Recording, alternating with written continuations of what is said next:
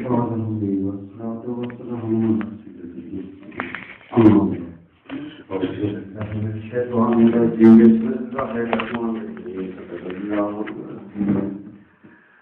تعالیٰ کے فضل و کرم سے آج افسانہ ہیں آج برکاتیہ میں 293 محفل ذکر اللہ منعقد کی جا رہی ہے۔ اللہ تعالیٰ ہم سب کا یہاں آنا، ہم سب کا یہاں بیٹھنا اپنی برکات الہی تو فرمائے آمین۔ سامعین محترم، سبحان اللہ کہنا بہت بڑا ثواب ہے۔ جو سبحان اللہ کہتا ہے اس کی جنت میں ایک درخت لگا دیا جاتا ہے۔ اس میں 9 حرف ہوتے ہیں، جو ایک بار کہتا ہے اس کو 90 بار ثواب ملتا ہے۔ سبحان اللہ۔ اب محفل ذکر اللہ میں آئے ہیں، اللہ کے ذکر کی محفل میں آئے ہیں، ثواب کمانے آئے ہیں۔ ذرا دل کھول کے کہہ دیجیے سبحان اللہ سبحان اللہ۔ میں نے آپ کے سامنے بسم اللہ الرحمن الرحیم کی تلاوت کی۔ اس سے پہلے پھر میں نے بسم اللہ الرحمن الرحیم پر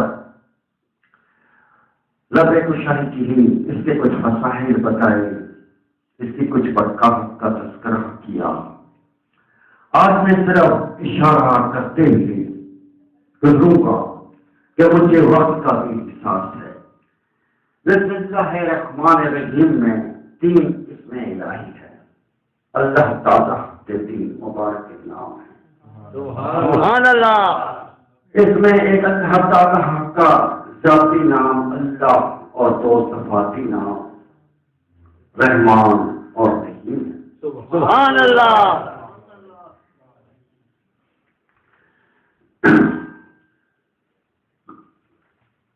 علامہ صاحب تشریف لائے ہیں، میں ان کا دل سے مشکور ہوں، درخواست گزار ہوں کہ میرے بعد بیٹھیں اور میں اپنے بیان کو ذرا مختصر کروں گا تاکہ آج ہم اپنے علامہ فیاض قادری صاحب کا بھی بیان سنیں۔ تو بات ہو رہی تھی بسم اللہ الرحمن الرحیم کی کہ اس میں 3 اسمیں الہی ہے۔ تمام عالم ہے، دنیا اس کے درجے 3 ہیں، عالم آخرت اس کے درجے 3 ہیں۔ عالم دنیا ہو یا عالم آخرت ہو، اس کے مرتبے 3 ہیں، اس کے درجے 3 ہیں۔ بسم اللہ الرحمن الرحیم میں اس میں الہی 3 ہیں۔ سبحان اللہ۔ سبحان اللہ۔ سبحان اللہ کہتے ہیں تو سارے مل کر کہیں سبحان اللہ۔ اس سے مجھے نہیں آپ کو فائدہ پہنچے گا، آپ کو ثواب ملے گا۔ انسان کی زندگی کے بھی 3 درجے ہیں۔ انسان کا ایک بچپن ہوتا ہے، جوانی ہوتا ہے اور پھر بڑھاپا ہوتا ہے۔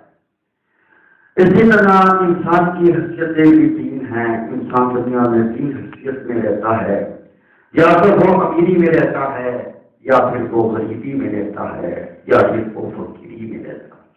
سبحان اللہ۔ انسان کے اوقات بھی 3 ہیں، یا اس کی زندگی ہوتی ہے، یا نیند ہوتی ہے، یا موت ہوتی ہے۔ سبحان اللہ۔ عالم کے بھی 3 درجے ہیں۔ عالم دنیا ہوتی ہے، عالم ذات ہوتا ہے، عالم آخرت ہوتا ہے۔ سبحان اللہ۔ اسی طرح انسان کی جگہیں بھی 3 ہیں۔ اس کا ٹھکانہ جنت ہوتا ہے، دوزخ ہوتا ہے، یا پھر عراف ہوتا ہے۔ سبحان اللہ۔ اللہ تعالیٰ نے جنت کی بہت عظمتیں بیان کی، جنت کی اور بھی رحمتیں بیان کی ہیں۔ اللہ تعالیٰ نے اپنے مقدس کتاب میں سپارہ نمبر 36 رکوع نمبر 5 میں اللہ تعالیٰ نے ارشاد فرمایا، اور اس میں پانی کی نہریں ہیں جو کبھی نہ خراب ہوں، اور اس میں دودھ کی نہریں ہیں جن کا مزہ کبھی نہ بگڑے، اور اس میں شراب کی نہریں ہیں جو لذت دیں، اور اس میں صاف کیا ہوا شہد کی نہریں۔ سبحان اللہ۔ اللہ تعالیٰ نے 4 نہروں کا ذکر کیا، ایک پانی کی نہر کا ذکر کیا، ایک دودھ کی نہر کا ذکر کیا، ایک شراب کی نہر کا ذکر کیا، اور ایک شہد کی نہر کا ذکر کیا۔ سبحان اللہ۔ تفسیر روح بیان میں جس نمبر 1 میں ایک بہت پیاری حدیث اس وقت میرے ذہن میں آ رہی ہے اور میں آپ کی سماعتوں کی نظر کرتا ہوں۔ میرے اور آپ کے آقا صلی اللہ علیہ وسلم نے ارشاد فرمایا کہ جب مجھے معراج شریف کی سیر ہو رہی تھی اور جب میں معراج شریف کا سفر کر رہا تھا تو اس نے مجھے جنت پیش کی کہی اور میں نے یہ دیکھا کہ جنت میں 4 نہریں جاری ہیں۔ میں نے حضرت ابراہیم علیہ السلام سے معلوم کیا کہ اے ابراہیم علیہ السلام یہ تو بتا کہ ان نہروں کا آغاز کہاں سے ہے، اس کا اختتام کہاں سے ہے؟ یہ جو 4 نہریں جاری ہیں ان کا مقام کیا ہے، ان کا مرکز کیا ہے؟ تو حضرت ابراہیم علیہ السلام نے عرض کی کہ یا رسول اللہ صلی اللہ علیہ وسلم میں یہ تو جانتا ہوں کہ یہ نہریں جاتی کہاں ہیں، لیکن مجھے یہ نہیں معلوم کہ یہ آتی کہاں سے ہے۔ سبحان اللہ۔ ان 4 نہروں کا جو اختتام ہے، ان کا جو آخری مرکز ہے وہ حوض کوثر ہے، اور وہ حوض کوثر جس سے انشاءاللہ یقیناً کوئی امت محمد صلی اللہ علیہ وسلم اپنے آقا کے دست مبارک سے حوض کوثر کا پانی پیے۔ سبحان اللہ۔ تو حضرت ابراہیم علیہ السلام نے یہ عرض کی کہ میں یہ تو جانتا ہوں کہ یہ 4 نہریں حوض کوثر میں جاتی ہیں، لیکن یہ آتی کہاں سے ہیں اس کے بارے میں مجھے کچھ معلوم نہیں۔ آپ اللہ تعالیٰ کے محبوب ہیں، آپ اللہ تعالیٰ کے وہ رسول ہیں جس کے لیے اللہ تعالیٰ نے یہ عالم دنیا بنایا، یہ عالم کائنات بنائی، اس کائنات کی ہر شے آپ کی وجہ سے بنائی۔ آپ اللہ تعالیٰ کے بہت ہی مقبول نبی اور رسول ہیں۔ آپ اللہ تعالیٰ سے معلوم کر لیجیے کہ ان نہروں کا آغاز کہاں سے ہوتا ہے۔ سبحان اللہ۔ تو میرے آقا صلی اللہ علیہ وسلم نے اللہ تعالیٰ سے التجا کی کہ اللہ تعالیٰ مجھے بتا کہ تیری جنت میں تو یہ نہریں ہیں اور یہ جو نعمتیں اور یہ جو عظمتیں عطا فرمائی ہیں یہ کہاں سے آتی ہیں؟ تو اللہ تعالیٰ نے ایک فرشتہ بھیجا، وہ فرشتہ میرے آقا صلی اللہ علیہ وسلم کی خدمت اقدس میں حاضر ہوا اور تو سلام پیش کیا اور عرض کی کہ یا رسول اللہ صلی اللہ علیہ وسلم اپنی آنکھوں کو بند کر دیجیے۔ میرے آقا صلی اللہ علیہ وسلم نے اپنی آنکھیں مبارک بند فرمائی، کچھ ٹائم گزر گیا، کچھ لمحے گزر گئے، کچھ وقت گزر گیا، تو فرشتے نے پھر عرض کی کہ یا رسول اللہ صلی اللہ علیہ وسلم اپنی آنکھیں مبارک کھول دیجیے۔ سبحان اللہ۔ میرے آقا صلی اللہ علیہ وسلم نے اپنی آنکھیں مبارک کو کھولا۔ میرے آقا صلی اللہ علیہ وسلم فرماتے ہیں کہ میں نے یہ دیکھا کہ ایک درخت ہے جو سفید موتیوں کا کتبہ ہے اور وہ اتنا وسیع ہے کہ اس پر اگر تمام عالم کے جن اور انسان بیٹھ چڑھے تو وہ ایسے لگے جیسے باہر پکڑتے بیٹھے۔ سبحان اللہ۔ اور اس میں ایک سونے کا دروازہ ہے اور اس دروازے پر تالا لگا ہوا ہے، اور یہ 4 نہریں کتبے کے نیچے سے داخل ہو رہی ہیں۔ میں نے ان 4 نہروں کو دیکھا اور میں جب واپس ہونے لگا تو میرے آقا صلی اللہ علیہ وسلم نے اپنے قدم مبارک واپس کی طرف روان کیے تو فرشتے نے عرض کیا کہ یا رسول اللہ صلی اللہ علیہ وسلم کیا آپ اس خطبے کے اندر جانا نافرمائیں گے؟ کیا آپ اس کو اندر سے دیکھنا نہ فرمائیں گے؟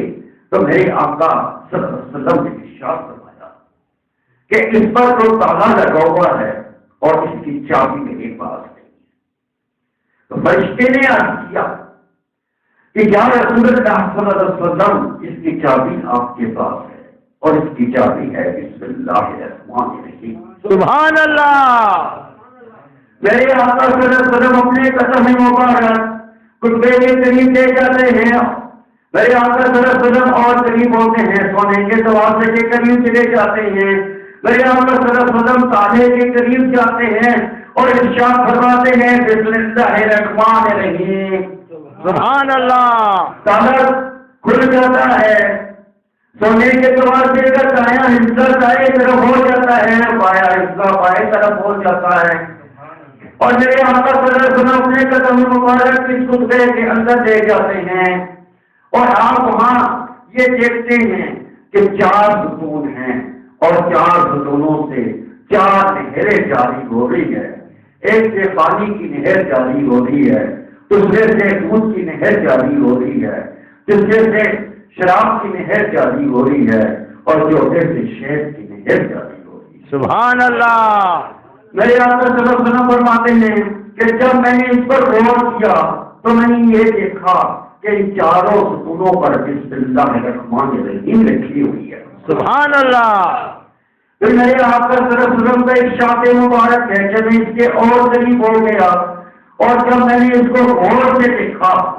تو میں نے یہ دیکھا کہ بسم اللہ کی میم سے پانی کی نہر جاری ہے، سبحان اللہ اللہ کے ہاتھ سے شراب کی نہر جاری ہے، اور رحمان کی میم سے دودھ کی نہر جاری ہے، اور رحیم کی میم سے شہد کی نہر جاری ہے۔ سبحان اللہ میرے آقا صلی اللہ علیہ وسلم نے جب یہ دیکھ کر واپس ہونے لگے تو اللہ تعالیٰ نے ارشاد فرمایا کہ اے میرے محبوب صلی اللہ علیہ وسلم، تیری امت جب اسم الہی سے مجھے پکارے گی اور جب وہ کہے گی بسم اللہ الرحمن الرحیم تو میں اس پر اپنی رحمت اور برکتوں کا نزول کر دوں گا، سبحان اللہ اور ان 4 نہروں سے میں اس کو پانی پلاؤں گا۔ سبحان اللہ یہ اللہ بھی کتنا رحمان ہے، یہ اللہ بھی کتنا رحیم ہے، یہ اللہ بھی کتنا کریم ہے کہ اپنے بندوں کو خود ہی بتا رہا ہے کہ اے میرے بندوں اگر تم یہ عمل کرو گے تو تمہیں میرا قرب حاصل ہو جائے گا، سبحان اللہ تم میرے مقبول بن جاؤ گے اور میں تمہارا بن جاؤں گا۔ اللہ تعالیٰ سے یہ ارشاد ہے کہ جو خلوص سے نیت سے اسم الہی سے اللہ تعالیٰ کو پکارے گا، اللہ تعالیٰ اس کو سبحان اللہ اب یہ خلوص نیت کیا ہے؟ تو یہ خلوص نیت یہ ہے کہ بندہ حق بنے، نفس شیطان۔ میرے محترم میں ایک واقعہ سنا کر آپ سے اجازت لوں گا، مجھے بڑا احساس ہے کہ میرے آپ کا نقشبندی صاحب کا بھی خطاب ہو، ان کا تو خطاب ہوتا ہے، ہمارا تو بیان ہوتا ہے، تو میں ایک واقعہ آپ کے سامنے پیش کرتا ہوں۔ جو واقعات صحابہ کرام رضی اللہ تعالیٰ عنہ کے ہوتے ہیں، جو واقعات ولی اللہ کے ہوتے ہیں، وہ ایک قصہ نہیں ہوتے۔ اصل مقصد یہ ہوتا ہے کہ ہم اپنی سیرت کو ہم اپنے قول اور فیصلوں کے مطابق حضرت علی رضی اللہ تعالیٰ عنہ کا ایک دشمن سے مقابلہ ہے جو بعد میں مسلمان ہو گیا، اس لیے میں اپنی زبان سے کافر کا لفظ استعمال نہیں کرتا۔ حضرت علی رضی اللہ تعالیٰ عنہ کا ایک شخص سے جھگڑا ہو گیا، دونوں طرف سے تابڑتوڑ حملے ہو رہے ہیں، کبھی وہ دشمن غالب آ جاتا ہے اور کبھی حضرت علی رضی اللہ تعالیٰ عنہ غالب آ جاتے ہیں، اور پھر ایسے وہاں کہ حضرت علی رضی اللہ تعالیٰ عنہ اس پر غالب آ جاتے ہیں۔ حضرت علی رضی اللہ تعالیٰ عنہ اس کو بچا کر اس کے سینے پر بیٹھ جاتے ہیں اور اپنی تلوار کو بلند کرتے ہیں کہ میں اس کی گردن کو اڑا دوں گا۔ حضرت علی رضی اللہ تعالیٰ عنہ کی تلوار سیدھی ہوئی، حضرت علی رضی اللہ تعالیٰ عنہ کا ہاتھ نیچے آیا کہ میں اس دشمن کی گردن کو اڑا دوں، کہ اس دشمن نے کیا کیا کہ اس نے حضرت علی رضی اللہ تعالیٰ عنہ کے منہ پہ تھوک دیا۔ وہ حضرت علی رضی اللہ تعالیٰ عنہ جس پر ہر شخص فخر کرتا ہے، جس پر ہر ولی فخر کرتا ہے، جس پر انبیاء علیہ السلام بھی فخر کرتے ہیں، ان کے منہ پہ تھوک دیا، اور وہ حضرت علی رضی اللہ تعالیٰ عنہ کہ ان کا ہاتھ نہ رک گیا، ان کی تلوار نہ رک گئی، نہ تو اس کی تلوار اس کی گردن تک کہی اور اس کے ڈوبنے کے بعد نہ ان حضرت علی رضی اللہ تعالیٰ عنہ کا ہاتھ نیچے آیا بلکہ حضرت علی رضی اللہ تعالیٰ عنہ کا ہاتھ اور وہ اوپر ہوا اور پھر وہ واپس ہو گیا اور انہوں نے اپنی تلوار اپنی نیام میں ڈال لی. سبحان اللہ. اب جو دشمن حضرت علی رضی اللہ تعالیٰ عنہ کے قبضے میں تھا وہ بہت حیران ہوا, وہ بہت پریشان ہوا کہ یہ کیسا شخص ہے کہ جب میں اس کے قابو میں آ گیا اور اس نے میری گردن اڑا دینے کا فیصلہ کر لیا اور اس ارادے سے اس نے اپنی تلوار کو حرکت دی, لیکن جس وقت میں نے اس کے منہ پر تھوکا اس نے نہ صرف میری جان بخش دی بلکہ اپنی تلوار کی نیام میں ڈال دی. اور حضرت علی سے عرض کی کہ علی رضی اللہ تعالیٰ عنہ مجھے یہ تو بتا دیجیے آخر یہ کیا ماجرا ہے, آخر یہ کیا راز ہے کہ جب میں آپ کے قبضے میں آ گیا اور میری جان آپ کے قبضے میں تھی اور میں نے ایک بہت بڑی گستاخی کی تھی کہ میں نے آپ کے منہ مبارک پر تھوک دیا تو آپ نے نہ صرف میری جان بخش دی, آخر اس کی کیا وجہ ہے؟ اب دنیا حضرت علی رضی اللہ تعالیٰ عنہ کا بیان. حضرت علی رضی اللہ تعالیٰ عنہ فرماتے ہیں کہ میں تلوار اللہ تعالیٰ کے لیے چلاتا ہوں. سبحان اللہ. میں بندہ حق ہوں نہ کہ بندہ نفس. یہ وہ سیرت ہے کہ ہماری دوستی بھی اللہ تعالیٰ کے لیے اور ہماری دشمنی بھی اللہ تعالیٰ کے لیے. سبحان اللہ. اور جب اس میں اپنی خواہش آ جائے, جب اس میں اپنی نفس کی خواہش آ جائے تو ہمیں وہاں سوچنا چاہیے کہ ہم بندہ اللہ بننا چاہتے ہیں یا بندہ نفس. آج کا انسان صرف اپنی خواہشات میں مبتلا ہے. اس دنیا کو حاصل کرنے کے لیے حق اور حرام کی تمیز نہیں کرتا. رب العالمین نے قدم قدم پر اپنی نشانیاں عطا فرمائی. سامنے محترم سے چاہوں گا کہ میری توجہ میری طرف ہو جائے. اللہ تعالیٰ نے قدم قدم پر اپنے بندوں کی اصلاح کے لیے نشانیاں عطا فرمائی. اگر ہم صبح اور شام پر غور کر رہے ہیں تو یہ ہماری وہ اصلاح ہو جائے, ہماری دنیا کی خواہشیں ختم ہو جائیں اور صرف اللہ کو راضی کرنے کی خواہش رہ جائے. سبحان اللہ. پرندوں کو دیکھ لیجیے کہ جب یہ چھوٹے چھوٹے پرندے شام کو اپنے گھونسلوں کی طرف آتے ہیں تو ان کی چونچ میں کل کے لیے کچھ بھی نہیں ہوتا اور ان کے پودے بڑے ہوئے ہوتے ہیں. اور اگلے دن پھر یہ اللہ کے بھروسے پر رزق تلاش کرنے کے لیے جاتے ہیں اور شام کو جب واپس آتے ہیں تو ان کی چونچ میں کوئی ذخیرہ نہیں ہوتا. لیکن یہ آج کا انسان صرف کل کی خواہش نہیں رکھتا, صرف کل کی دنیا نہیں رکھتا, پرسوں کی دنیا نہیں رکھتا, ہفتے کی دنیا نہیں رکھتا, مہینے کی دنیا نہیں رکھتا, بلکہ یہ تو سالوں سال اور برسوں برسوں کا ذخیرہ اپنے پاس جمع کر لیتا ہے. سب انہیں محترم باتوں میں مختصر کرتا ہوں کہ حق کے بندہ بننے کے لیے کیا کرنا ہے.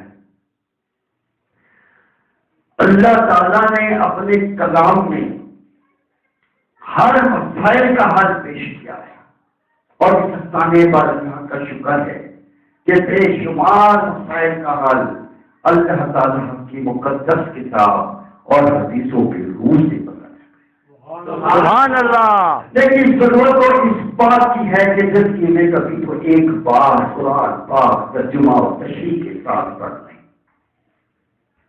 زندگی میں ایک بار اگر ہم ترجمہ اور تشریح کے ساتھ پڑھ لیں اور نہ جانیں کس واقعے پر اللہ کے کس الفاظ پر ہماری آنکھوں سے 2 قطرے گر جائیں، ہمارے آنسو کے 2 قطرے گر جائیں اور ہماری دنیا بھی بن جائے، ہماری آخرت بھی بن جائے۔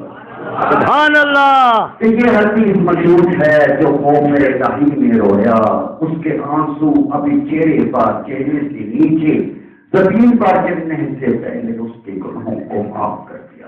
سبحان اللہ۔ کبھی تو ہم مسلم شریف کو اٹھا کر دیکھ لیں، کبھی تو ہم بخاری شریف کو ہاتھ لگا لیں، کبھی تو ہم عیسائی شریف پڑھ لیں، کبھی تو ہم تلماجہ پڑھ لیں۔ اگر اس کا بھی وقت نہیں تو اہل سنت کی کتاب باہر شریعت ہے، 2 جلدیں ہیں، 13 کتابیں ہیں اور اس میں سب کچھ موجود ہے۔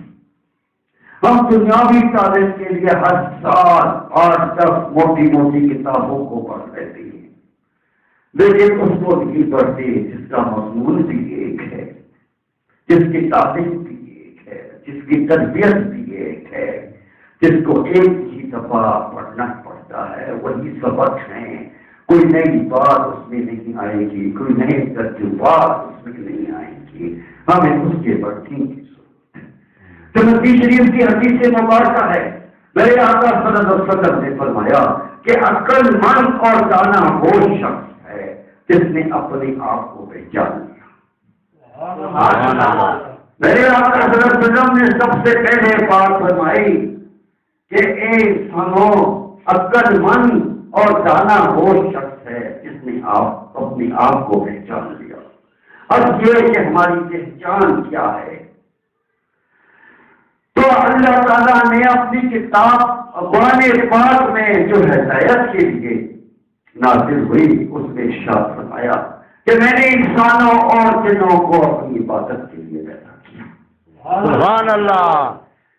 پھر میرے آقا صلی اللہ علیہ وسلم نے ارشاد فرمایا کہ موت کے بعد والی زندگی کی تیاری کرو، اور نسائی شریف میں ارشاد مبارک ہے کہ لذتوں کو، دنیا کی خواہش کو کم کرنے والی چیز موت کو یاد کرنا ہے۔ تو سامنے محترم، ہم نے اگلی زندگی کے لیے حدیث کے مطابق ہم نے زیادہ سے زیادہ اپنی موت کو یاد کیا جائے۔ ہمیں یہ تصور ہونا چاہیے کہ ہمارے مرنے کے بعد ہم اس دنیا سے کیا لے کر جا رہے ہیں۔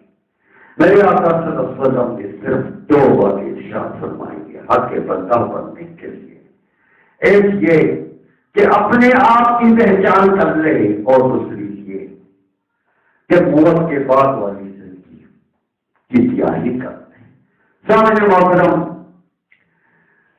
اس سے یہ مراد نہیں، میں پہلے آپ کو عبادت کا ایک مختصر سا مفہوم بیان کر دوں کہ اگر عبادت سے ہماری مراد یہ ہے کہ ہم نے نماز پڑھ لی اور ہماری عبادت ہو گئی، اگر عبادت سے مراد یہ ہے کہ ہم نے قرآن پاک پڑھ لیا اور ہماری عبادت ہو گئی، اگر عبادت سے مراد یہ ہے کہ ہم نے حج ادا کر لیا اور ہماری عبادت ہو گئی، ہمارے اوپر زکات ہوئی اور ہم نے زکات ادا کر لی، ہم صاحب نصاب ہوئے، زکات ادا کر لی، ہماری عبادت ہو گئی، یہ بھی عبادت ہے لیکن ارکان اسلام ہے، اسلام کے رکن ہیں، دین کے رکن ہیں۔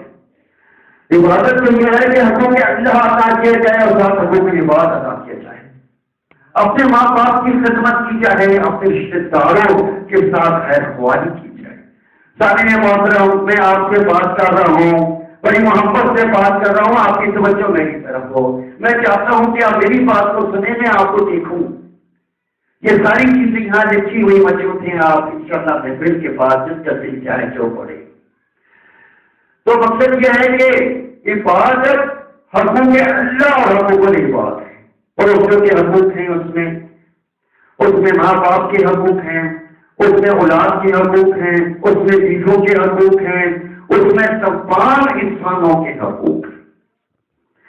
اور دنیا سے محبت کم کرنا یا دنیا کی خواہش کو کم کرنا، اس کا مطلب یہ بھی نہیں کہ آپ دنیا کو بسانا چھوڑ دیں